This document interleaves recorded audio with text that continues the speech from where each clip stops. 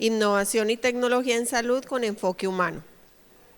Nos acompaña como moderador el doctor Alejandro de la Torre, director científico de la Clínica Imbanaco del Grupo Quirón Salud. Alejandro es médico y cirujano egresado de la Universidad del Valle de Cali, Colombia, con estudios de posgrado en epidemiología y salud pública de la Universidad de Michigan y de Johns Hopkins, quien ha trabajado en la Organización Panamericana de la Salud, Organización Mundial de la Salud y en el Banco Interamericano de Desarrollo. Cuenta con experiencia en investigación epidemiológica y salud pública, diseño de políticas públicas, administración de alianzas público-privadas y tanto en el sector de salud y gestión hospitalaria. Actualmente es el director científico de la clínica del Grupo Quirón Salud en Colombia y además profesor voluntario del Departamento de Ciencias de la Salud Pública de la Escuela de Medicina de la Universidad de Miami. Como conferencistas tenemos a Carolina Aguirre, quien es la directora de Informática Médica de la Fundación Cardiovascular de Colombia. Carolina es médica de la Universidad Militar de Nueva Granada, con especialización en gerencia de proyectos de la Universidad EAN y un posgrado en eficiencia operacional del Hospital Israelita Albert Einstein. Cuenta con una maestría en telesalud otorgada por la Universidad de Antioquia en convenio con la Universidad Alberta de Cataluña. Es docente universitario de la Universidad de Antioquia, la Universidad CES y la UDES. En el año 2024 fue reconocida con el premio HIMSS 24. Actualmente ocupa el cargo de directora informática médica en la Fundación Cardiovascular de Colombia. Nuestra segunda conferencista es Diana Vargas, quien es enfermera de innovación de la Fundación Santa Fe de Bogotá. Diana es enfermera egresada de la Fundación Universitaria Sanitas, especialista en gerencia integral de servicios de salud de la Universidad del Rosario. Actualmente se desempeña como enfermera en innovación en la Fundación Santa Fe de Bogotá, donde lidera y acompaña procesos orientados a la transformación de la atención en salud con enfoque de calidad, seguridad, experiencia del paciente y humanización. Cuenta con una sólida trayectoria en entornos asistenciales y administrativos, con experiencia en gestión del cambio, implementación de proyectos de mejora, desarrollo de estrategias centradas en usuario y promoción de la cultura de innovación. Muchas gracias. Invito al doctor Alejandro de la Torre, a Diana Vargas y a Carolina Aguirre. Gracias. Jefe, muchas gracias.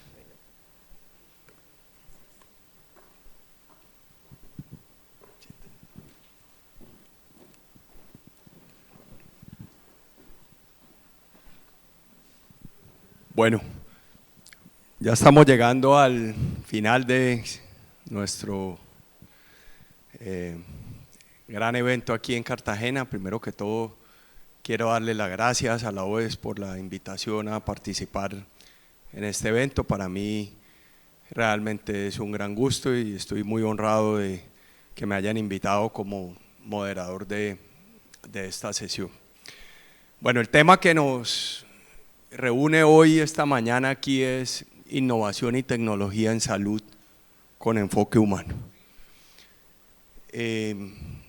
Acabamos de terminar una sesión muy interesante donde el doctor Lopera nos ha contado cómo implementar o cómo se ha venido manejando la IA en un gran hospital en el cual tuve el gusto de visitar. Una de las innovaciones que yo diría hoy en día que no son ya tan utópicas, sino que realmente se están llevando a cabo. Entonces, hoy vamos a tener el placer de hablar de cómo la innovación y la tecnología debe ser implementada teniendo en cuenta el enfoque humano. En el transcurso del foro hemos estado hablando de la importancia de la humanización. Y es que la innovación aplicada a través de las tecnologías y la humanización en salud son enfoques complementarios, que al final lo que queremos es mejorar, que nos ayuden a mejorar la atención médica. Existen múltiples definiciones de innovación en la literatura, pero en salud en términos generales podemos decir que se refiere a la introducción de nuevas ideas, métodos o productos para mejorar la eficiencia y efectividad de los servicios de salud. Por otro lado, la humanización, y nos hablaban durante el foro, se enfoca principalmente en la atención centrada en el paciente, priorizando 3 cosas que para mí son claves: la empatía, el respeto y poder tener una comunicación efectiva, no solamente en la relación con los pacientes y sus familias, sino también entre los diferentes profesionales de la salud. Y es que la innovación y la humanización en salud no son mutuamente excluyentes, sino que pueden complementarse para fortalecer la práctica clínica y mejorar la atención médica. Esto es muy importante que tengamos en cuenta eso. De hecho, podemos decir que la innovación puede utilizarse para facilitar la comunicación, personalizar la atención e incluso mejorar la eficiencia, lo que a su vez puede contribuir, por supuesto, a una mejor experiencia para nuestros pacientes y sus familias, y sobre todo una experiencia más humana. Entonces hoy tenemos aquí 2 experiencias muy interesantes, una de la doctora Carolina Aguirre de la Fundación Cardiovascular y otra de la jefe Diana Vargas de la Fundación Santa Fe de Bogotá, que me gustaría que nos contaran un poco más de cómo estas experiencias bastante innovadoras han tenido en cuenta la humanización, es decir, cómo estas experiencias nos han ayudado a fortalecer la atención centrada en las personas. Entonces a continuación tengo el gran gusto de presentar a la doctora Carolina, que nos va a hablar de organizaciones inteligentes en salud y madurez digital. Ella nos va a contar acerca de un modelo de madurez de hospital digital y cómo este funciona en el día a día. Así que bienvenida, por favor, doctora Carolina. Muchas gracias. Ahora sí, ¿aló? Ya. No sé si está ahí para ir pasando las diapositivas así. Muchas gracias, doctor Alejandro, por la presentación. ¿Es con este? Sí. Sí. Bueno, muchas gracias. Bueno, ya para ir, digamos que cerrando esta jornada, en primer lugar, darle un agradecimiento muy especial a los organizadores de la OES. Creo que ha sido un evento increíble, hemos tenido la oportunidad de compartir muchísimas experiencias, colaborar, aprender mucho unos de otros, y yo creo que ahí es donde está la clave de todo el asunto. A medida que tejemos redes de colaboración entre nuestras organizaciones, podemos potenciar el mejoramiento de la calidad de salud y pues prestarnos también para llegar a contribuir con esa misión que es el bienestar de nuestros pacientes, de nuestras familias y de la sociedad. Bueno, yo vengo de la Fundación Cardiovascular de Colombia, actualmente es el ecosistema FCB. Algunas personas llegaban y me decían, venga, pero es que usted viene de la Fundación Cardiovascular del Oriente. Y yo, uy, sí, como hace como 15 años, no, ya se llama la FCB. La FCB es un ecosistema de salud, estamos en el oriente del país. Nuestro propósito principal es tener a cerca de 4.500 colaboradores trabajando con el propósito de cuidar vidas con la mejor medicina del mundo para el mundo. Y tenemos una serie de unidades estratégicas de negocio dentro de nuestro ecosistema, de la cual me voy a referir principalmente al Hospital Internacional de Colombia, el HIC, que es pues el que presta nuestros servicios misionales a través de diferentes institutos y centros. Tenemos 11 sedes repartidas en el área metropolitana de Bucaramanga, 9 de ellas son del Instituto de Medicina Ambulatoria y Preventiva, donde hacemos todo lo que tiene que ver con nuestro primer nivel de atención prevención, fomento de la salud y hábitos de vida saludables, y tenemos 2 sedes, una en Florida Blanca, que es el Instituto Cardiovascular, donde realmente pues comenzó la FCB, que es el que tenemos a la derecha, y a la izquierda el complejo HIC, donde se encuentran los demás institutos y centros de mayor nivel de complejidad. Entonces, uno de los temas que a nosotros más nos ha permeado precisamente en ese camino de la humanización, de mejorar los servicios, de lograr la excelencia, ha sido a través de diferentes modelos y acreditaciones y certificaciones, porque normalmente a los seres humanos nos tienen que inducir al cambio y a la mejora, no es un tema como tan natural que se preste, ahora vamos a cambiar, ahora vamos a mejorar. No, normalmente uno necesita algo que le esté impulsando, y es así como desde el 2005 pues nosotros hemos venido recorriendo este camino de mejoramiento, no por las certificaciones, ni por los galardones, ni por los diplomas, ni nada de eso, eso es absolutamente secundario, sino porque esto nos está ayudando realmente a ser más eficientes, a ser más seguros y a prestar mejores servicios para nuestras poblaciones. Me voy a concentrar un poquito en el modelo de madurez que decía Alejandro ahorita, que es EMRAM, que ustedes lo ven ahí, 2021 logramos el nivel 6 de certificación y en el 2022 el nivel 7. EMRAM es uno de los 7 modelos de madurez con los que cuenta la organización HIMSS. HIMSS es una organización mundial que tiene cerca de 150.000 afiliados en todo el mundo, y lo que busca es que las organizaciones, los gobiernos, las universidades, los hospitales, los proveedores de tecnología, entre otros, trabajemos de manera conjunta por el bienestar de la salud de la población a través del uso y la incorporación de tecnologías de información en salud, principalmente pues en la atención. Ellos tienen 7 modelos de madurez, entre los cuales pues el más conocido es el EMRAM, quiere decir que es el sistema de adopción o de madurez de los sistemas de historia clínica electrónica. Ahorita el doctor Lopera mencionaba algo súper relevante, y es que nuestros sistemas de historia clínica electrónica tienden a ser heredados, conformados primero por una capa administrativa, luego una capa clínica, de ahí se supone que tenemos que extraer los datos, hacer muchísimas cosas, y por eso nosotros dijimos, bueno, en este camino de la salud digital esto es tan amplio, tan grande, que necesitamos una ruta que nos ayude a no perdernos en el camino, y escogimos EMRAM dentro de todos esos modelos de madurez que ofrece HIMSS, pues para seguir ese camino de transformación digital, teniendo en cuenta que la historia clínica pues es digamos, la espina dorsal del flujo de información en salud. Y para poder llevar a cabo todo este tema, dijimos, bueno, esto suena muy bonito en el PPT, pero tenemos que llegar a la realidad del PPT. Entonces ya no es el PowerPoint, sino a través de las personas, los procesos y la tecnología, llevar a cabo esta jornada de transformación digital. Entonces, ¿qué fue una de las primeras cosas que hicimos para llegar a recorrer este camino de transformación digital?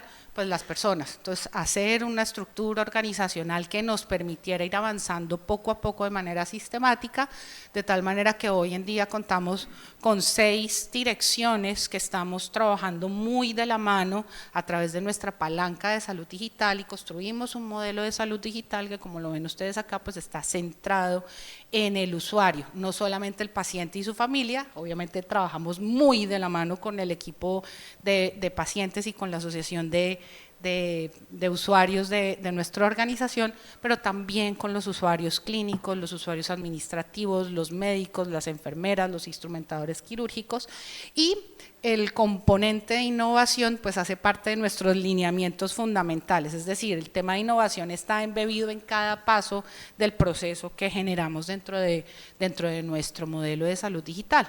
¿Qué cosas tenemos claras cuando vamos a diseñar o a trabajar en una solución tecnológica que vaya alineada con este modelo de certificación? Pues lo primero es entender el problema. Problemas tenemos muchos en los hospitales, en el día a día, todos los procesos tienen situaciones y necesidades.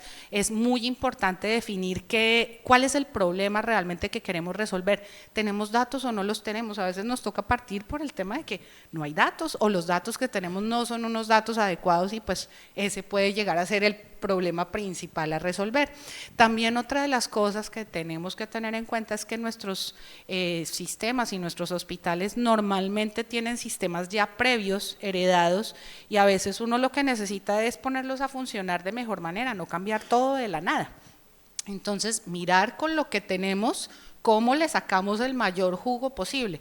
Puede que las innovaciones no tengan que ser disruptivas, simplemente pueden ser incrementales. De hecho, yo creo que el 90%, la mayoría de la innovación que tenemos nosotros es incremental, pero eso no quiere decir que sea un proceso inadecuado, todo lo contrario. El otro de los temas bien importantes es que a la hora de resolver unos problemas con tecnología, y nuevamente todo pasa por una razón, me encanta que nos haya tocado después del doctor Lopera porque creo que le dio mucho marco a lo que vamos a hablar ahorita, es que los temas normativos son muy importantes de tener en cuenta porque puede que yo tenga una solución maravillosa, pero si eso va en contra de componentes normativos, de privacidad de datos, de temas éticos en salud, pues obviamente inmediatamente esa solución no va a ser ni viable ni factible en el corto plazo. El tema de involucrar a todo el equipo, no es solamente los clínicos por un lado, los médicos y el equipo de enfermería por un lado, el equipo de los farmacéuticos por el otro, el equipo administrativo por otro, el de compras por otro, el de admisiones. Normalmente todo lo que yo haga en un sistema de información desde el punto de vista clínico va a tener impacto en lo administrativo y lo administrativo va a tener impacto en lo clínico. Hay que sentar a todos esos actores cada vez que yo quiero solucionar un problema de estos con diferentes herramientas tecnológicas. Muy importante la validación clínica y la validación de protocolos y documentación de esos protocolos para gestionar los sesgos, principalmente cuando estoy hablando de herramientas de IA. Otro tipo de herramientas tecnológicas de pronto no van a tener tantos sesgos y tienen más interacción con el ser humano, pero la inteligencia artificial pues tenemos un riesgo importante y por eso hay que tener mucho cuidado a la hora de implementarlo en sistemas de información que van a estar apoyando la atención de los pacientes. Lo mismo, todos estos sistemas que son de apoyo a la toma de decisiones es muy importante que el usuario, el médico, tenga derecho a omisión. Eso hace parte del proceso de validación y es algo que se tiene que manejar, yo creo que no es opcional, sobre todo en salud, siempre debe haber un humano en el medio y eso se llama human in the loop, siempre debe haber un proceso de validación humana porque este tipo de herramientas pueden cometer errores y en salud esos errores se pagan tremendamente costoso.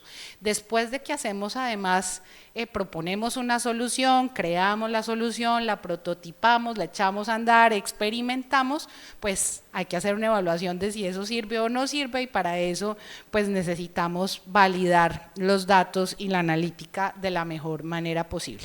Y entonces el caso que tenía pues para compartirles, estas de muchas cosas, precisamente este es uno de esos casos que vamos a presentar este año para el proceso de recertificación en el modelo de EMRAM. Como les mencionaba, pues EMRAM busca 3 cosas puntualmente. La primera, que el hospital o la clínica sea lo más paperless posible, que no haya papel, ¿sí? No porque el papel sea malo, es una tecnología que de hecho tiene 5.000 años y sigue funcionando, pues es exitosa, pero el tema es que los datos que yo tengo en papel, más datos que yo tengo en un sistema, más datos que yo tengo en un Excel, eso se vuelve el infierno informático.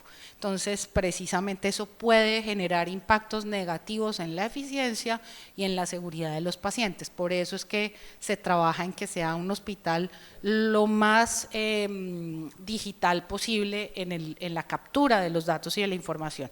La segunda cuestión es la seguridad del paciente. ¿Qué cosas estamos haciendo desde el punto de vista tecnológico y de personas y de procesos para optimizar esa seguridad? La tecnología tiene que ponerse al beneficio de las personas. Y en tercer lugar, bueno, usted va a tener un montón de sistemas, eso le va a traer un montón de datos, ajá, ¿y qué va a hacer usted con eso? ¿Sí? Demuéstreme que con esos datos usted toma decisiones y resuelve otros problemas. Entonces, uno de los problemas que nosotros teníamos era que empezamos a ver que teníamos demora en el uso de las salas de cirugía. En nuestras salas pues es un hospital bastante grande, hay 19 salas, y para trasladarse uno de un lado al otro se demoraba un montón, pero empezábamos a mirar cómo se estaban registrando los tiempos de salas de cirugía y empezamos a ver que en su gran mayoría el equipo de enfermería registraba en una hojita y después cuando tenía tiempo iba y lo registraba en el sistema, muchas veces a deshoras o a qué hora fue que arrancó la cirugía, no, póngale a las 8:30. Esos datos, pues obviamente cuando uno va a hacer un análisis de por qué me estoy demorando en salas, se vuelven unos datos tremendamente relevantes, pero los datos no eran confiables. Entonces dijimos, bueno, tenemos que mirar a ver cómo optimizamos la confiabilidad de los datos. Y adicionalmente, y veíamos que tanto nuestros colaboradores como los mismos pacientes y los familiares tenían que demorarse mucho desplazándose para un lado y para el otro, porque si algo estaba faltando en la sala de cirugía, le tocaba al circulante ir hasta la central de esterilización en el otro extremo de los quirófanos, les estoy hablando, y es sin exagerar, casi media cuadra. Entonces eso a la hora de estar uno en quirófano se empieza a generar unos desperdicios gigantescos desde el punto de vista de desplazamientos y lo mismo los equipos de cirugía para poder avisarle a los familiares de los pacientes en qué condición estaba el paciente, pues se demoraban también un montón. Entonces eso incrementaba, digamos, la situación de ansiedad de los familiares. Entonces dijimos, bueno, ¿qué vamos a hacer con esto? ¿Qué datos tenemos? ¿De qué datos disponemos? Revisamos con nuestra central de operaciones hospitalarias a ver qué datos eran confiables y cuáles no, y dijimos, no, nos toca trabajar en un modelo de captura de datos diferentes. Entonces, ¿qué cosas hicimos? Varios frentes. Lo primero, oiga, organicemos el flujo de la solicitud de los turnos de cirugía, porque es que unos me están llegando en papel, otros en sistema, otros por llamada, otros son urgentes, nada, la solicitud de turno digital por el mismo sitio. Bueno, y cae esa información, ¿y qué voy a hacer con esa información?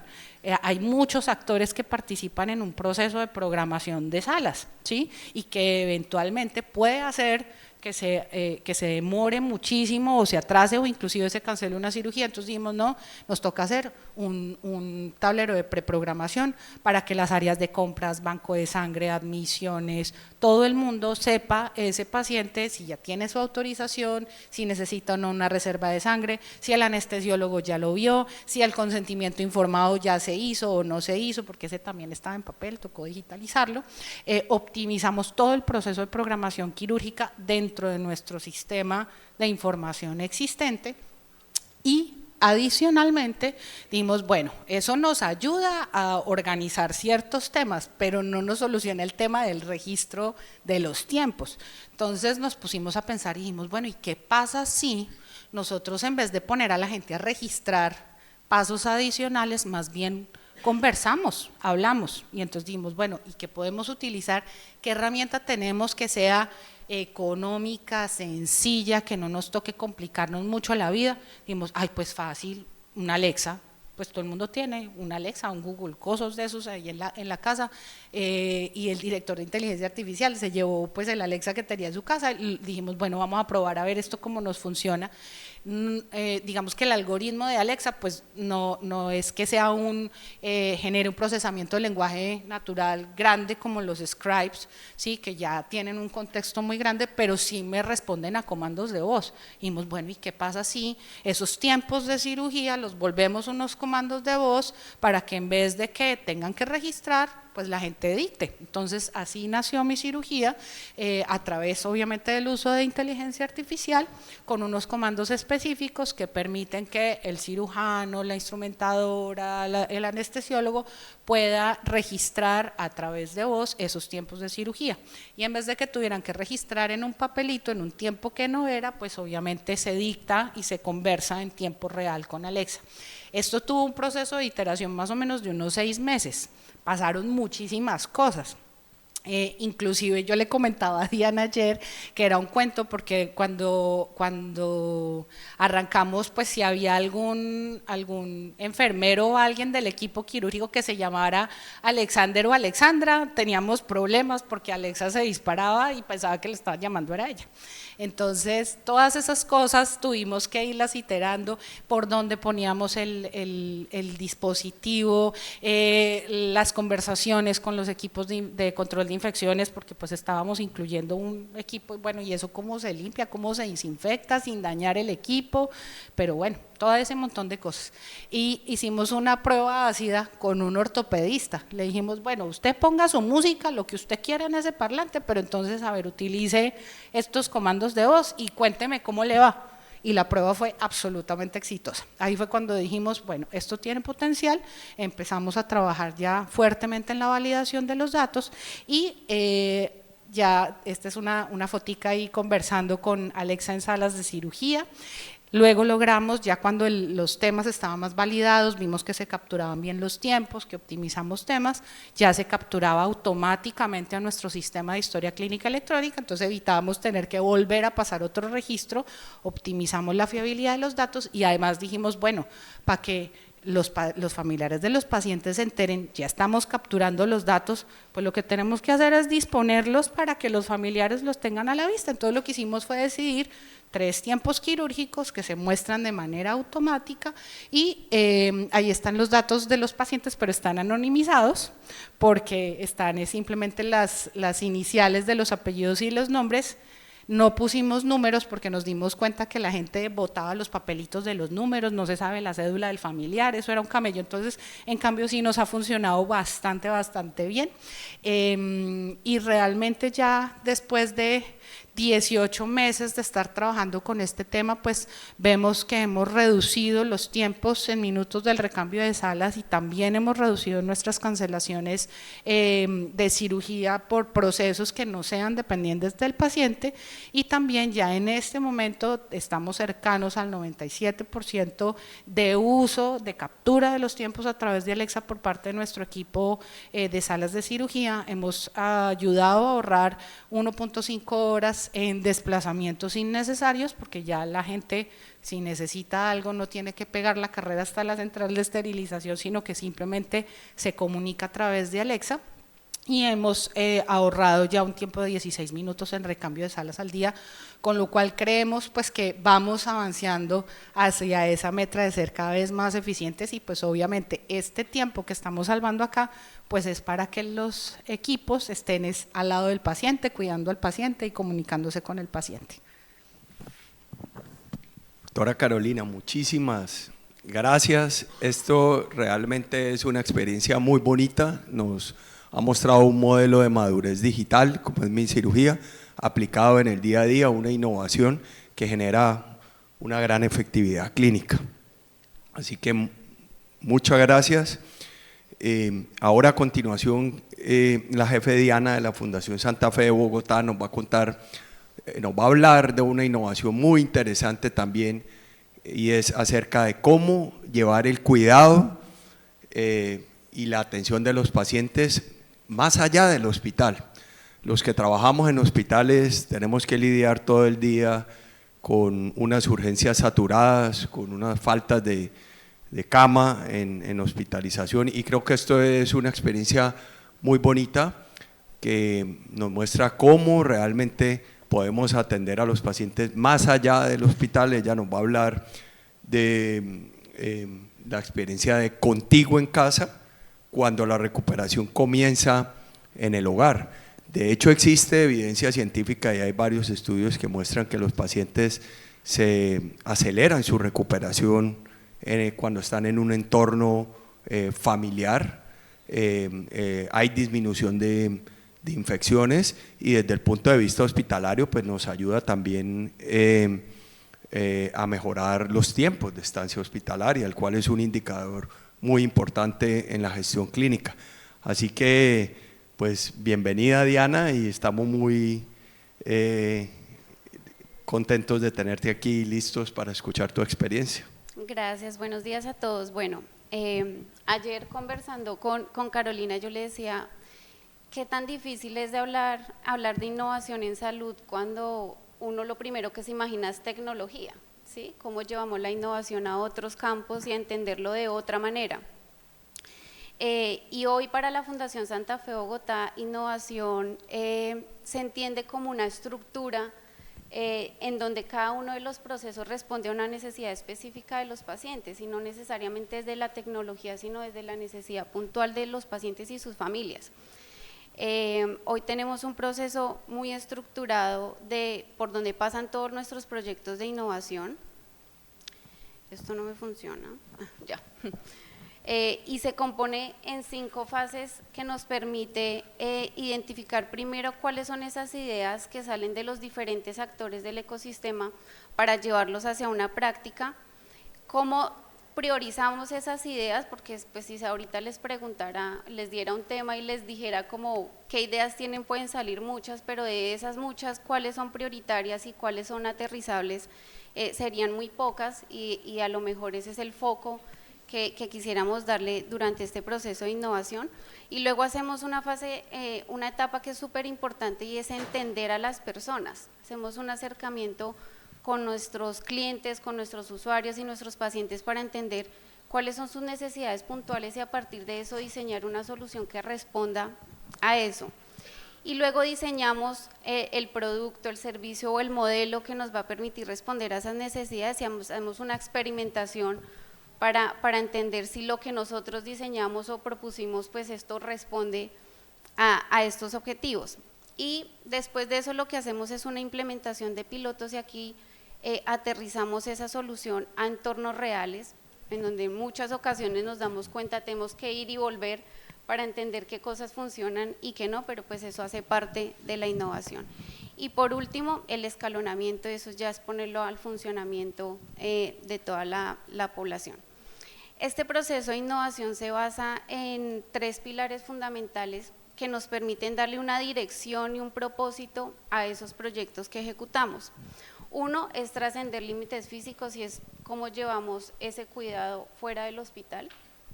El otro es transformación de datos en salud y cómo predecimos, y era lo que tú comentabas ahorita, Carolina, y es que tenemos un montón de datos, pero ¿y qué hacemos con esos datos? ¿Cómo impacta eso en la salud y en la población de los pacientes?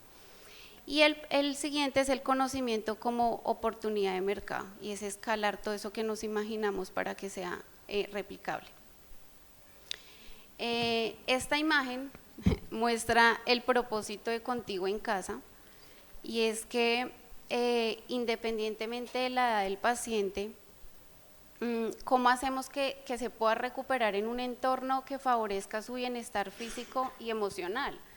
¿Quiénes de acá no han tenido su hijo en urgencias ante una expectativa, no saber qué va a pasar, teniendo de pronto otro bebé en casa? Entonces, Contigo en Casa favorece esa experiencia de poder darle una salida temprana al paciente, pero asegurando que va a estar muy bien cuidado por un equipo interdisciplinario.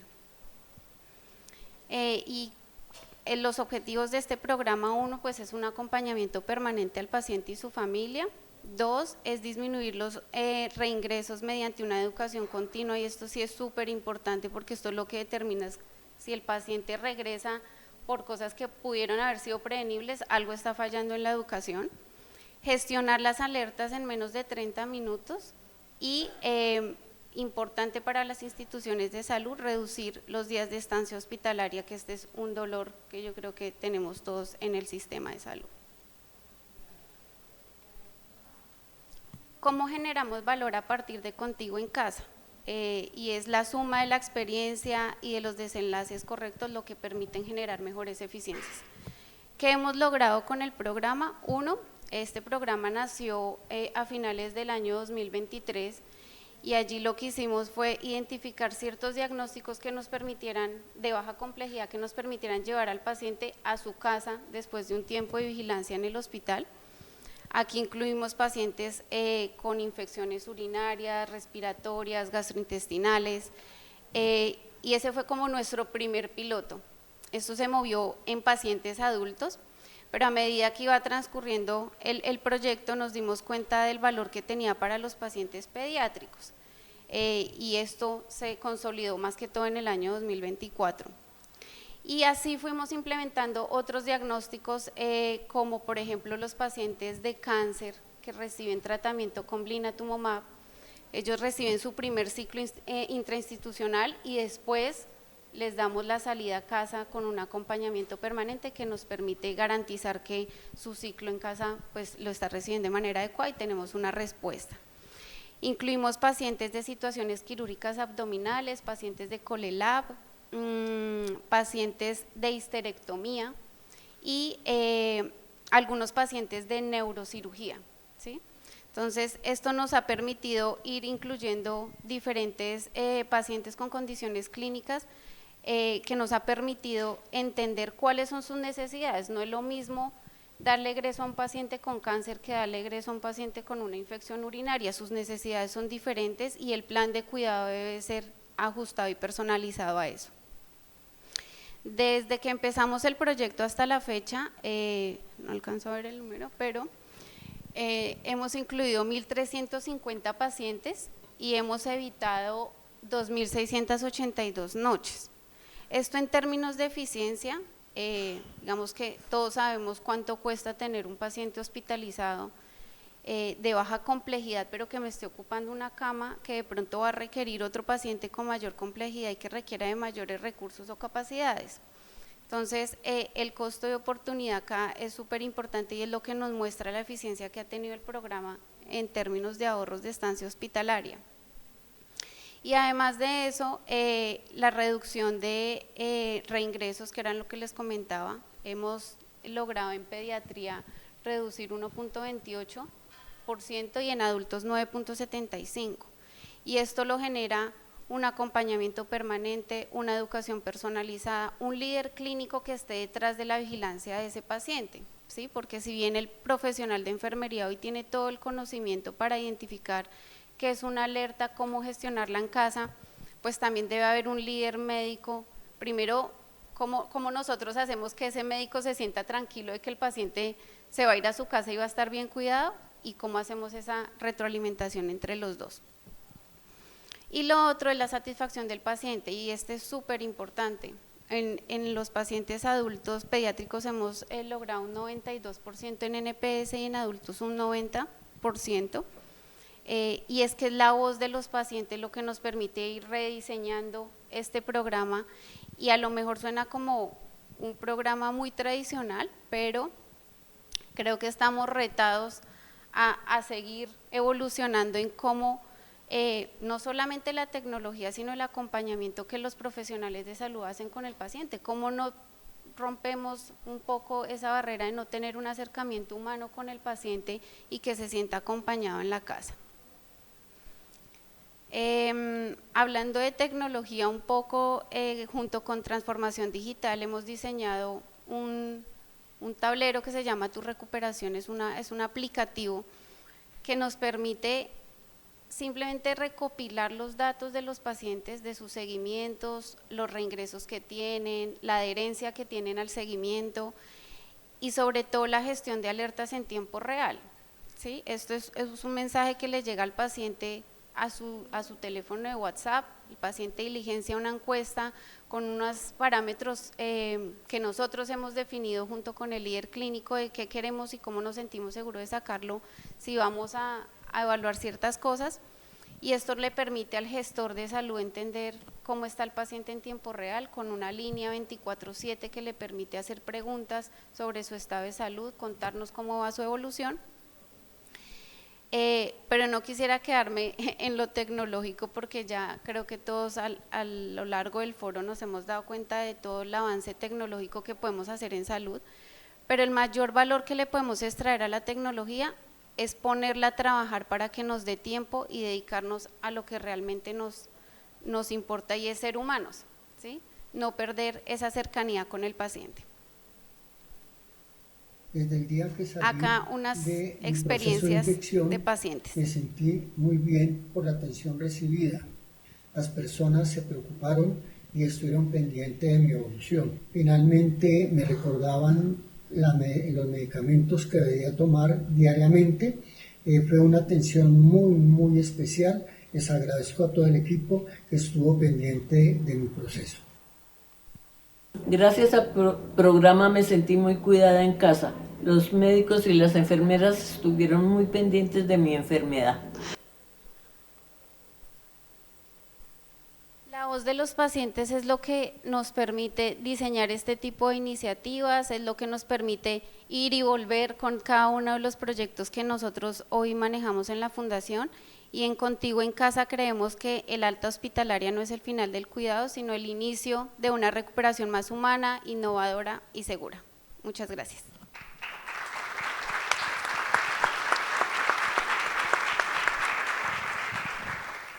Bueno, muchas gracias Diana por esa excelente presentación. Tenemos todavía unos minutos. Quiero pedirles el favor que en un minuto nos envíen, nos cuenten o nos digan. Hay varias organizaciones que todos los días estamos pensando qué innovación utilizar, qué proyecto podemos hacer, pero lo que quiero es que nos digan cómo ustedes iniciaron estas experiencias en sus hospitales sin perder esa calidez y esa atención humanizada. Si una organización o cualquier hospital fuera a empezar a desarrollar una estrategia, como por ejemplo el que nos mostró la doctora Carolina, un modelo de madurez digitalizado o la experiencia de Contigo en Casa, ¿qué recomendación le harían para que no se pierda esa humanización? Bueno, yo creo que en innovación nos toca enamorarnos de los problemas.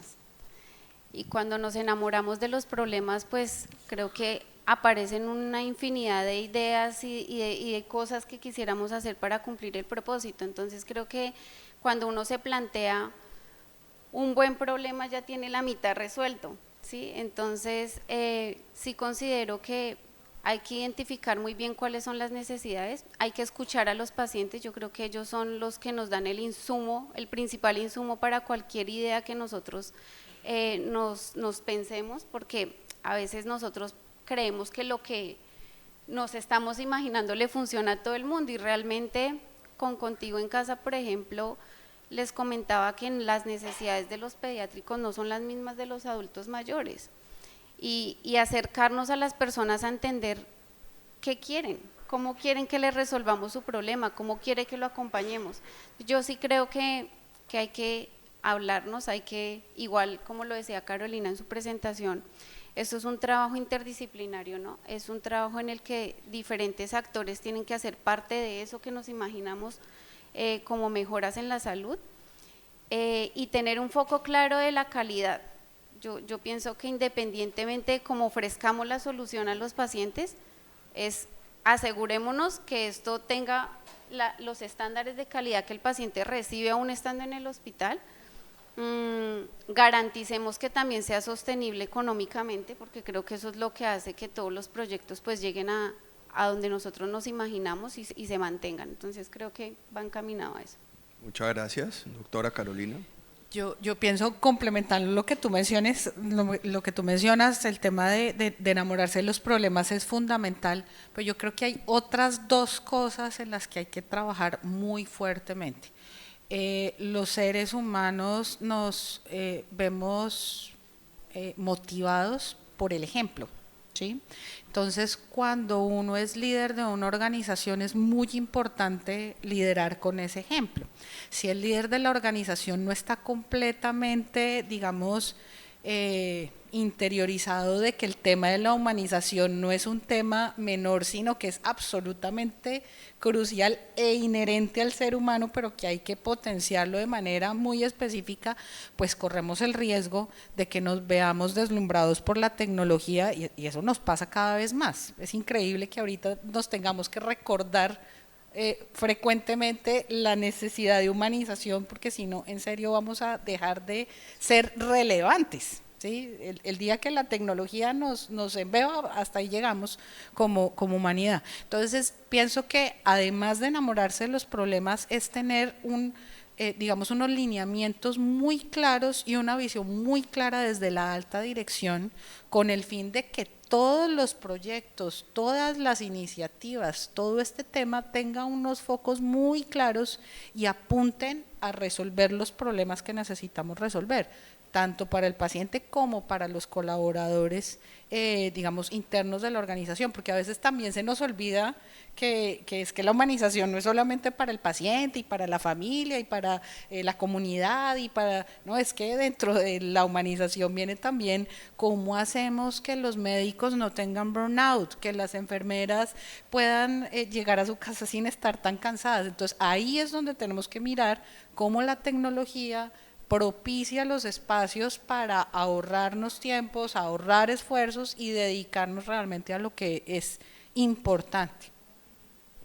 Muchas gracias. Ya para cerrar quiero dejarles, con base a la experiencia con base a estas dos iniciativas, quiero dejarles unos mensajes para que todos nos llevemos a casa, y el primero es que la innovación en salud definitivamente apalanca de forma positiva todos los modelos de atención en salud en los hospitales, y además contribuye por supuesto a la futura sostenibilidad de los sistemas de salud. Tiene, como hemos visto, el potencial de mejorar el desempeño clínico e impactar positivamente los estándares de atención, así como los pilares de una atención humanizada, es decir, atención integral, dignificar a los pacientes, mejorar la empatía, la comunicación, crear espacios físicos y relacionales que promuevan la comodidad y el bienestar de nuestros pacientes. Y es que hemos visto que la innovación y la humanización son dos pilares fundamentales para mejorar la calidad de la atención en salud.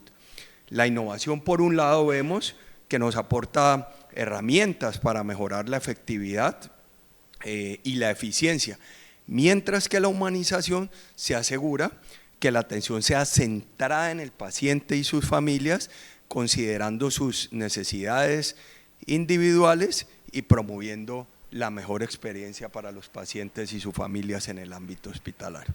Así que nuevamente muchas gracias y les deseo un feliz día.